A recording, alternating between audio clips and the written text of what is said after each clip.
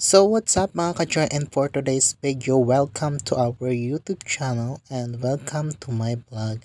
So andito tayo ngayon sa Baguio at sa night market tayo. Ayan, for today's video, ayan, nag-grab ako ngayon sa mga pagkain. So natagpuan ko yung pagkain dito sa may dulo. Ayan. So napakasulit dito, 70 to 80 pesos lang for order. Meron ka ng rice, ayan. So meron din dito silang ihaw-ihaw or isaw-isaw for only 15 pesos. At talagang namangha naman ako dito kay ate. Kung dating napapanood ko lang sa TV yung mga nagluluto na ganitong umaapoy-apoy, ay wow ha, si ate sobrang galing. Proud na proud ako sa kanya, sobrang galing niya talagang magluto. Ayan, oh, tingnan niyo, pinapasiklab-siklab niya. Ayan, di ba? Para talagang ano, yung talagang napaka galing niya talaga. Sobrang nakaka-amaze kasi nga lumilingas yung ibabaw ng ano ng niluluto ni ate. So napaka-unique. Ayan. So dito lang yan sa may fort ng dulo, sa may Igorot Fork. Ayan. So dito lang yan sa may food. Parang mga ano, yung mga parang nakabukod kasi yung ano yung ayan yung order ko pala. Ayan, papakita ko sa inyo. For only 75 pesos lang yan mga kachoy. Ayan, talagang sulit na sulit. Ang dami nung kanin, ang dami nung ano, nung rice. Talaga namang yan, napapalantak na ako ng kain at sira na naman talaga ang diet ko for today.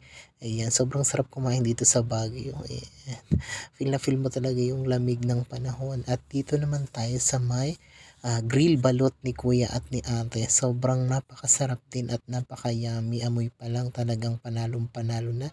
Ayan, at nilalagyan ni kuya ng mga gravy na yan. Ayan, parang ano siya, yung chili sauce. Ganon, nilalagyan niya. Tapos si ate girl naman, binubutas-butasan niya yung balot. Tapos ayan, nilalagyan ni kuya ng sauce. Yung kanyang grilled balot. At syempre, hindi mo mawala.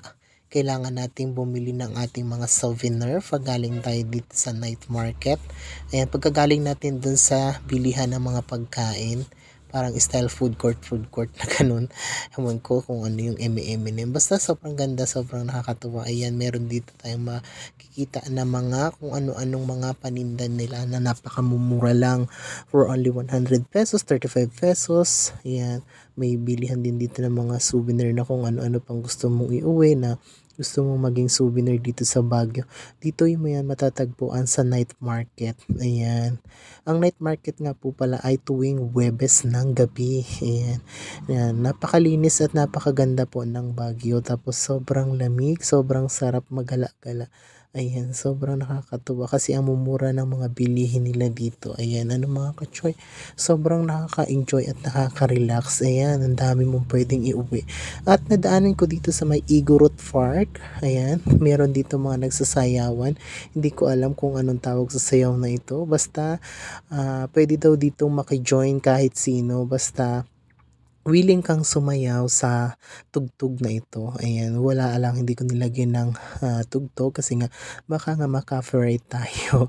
Ayan, sobrang nakakatuwa at nakaka-enjoy silang panuorin. So, ayan, ang saya-saya. Ayan, 'di ba? Ganyan yung sayaw nila. Igorot dan siguro to. Ayan, hindi ko lang alam kung anong tawag talaga sa sayaw nila. Pero, ay, sobrang nakaka-relax at sobrang dami mong makikita dito na kung ano-ano at matutuwa ka at marirelax ka. At yun lang, at thank you for watching at abangan nyo pa susunod na vlog.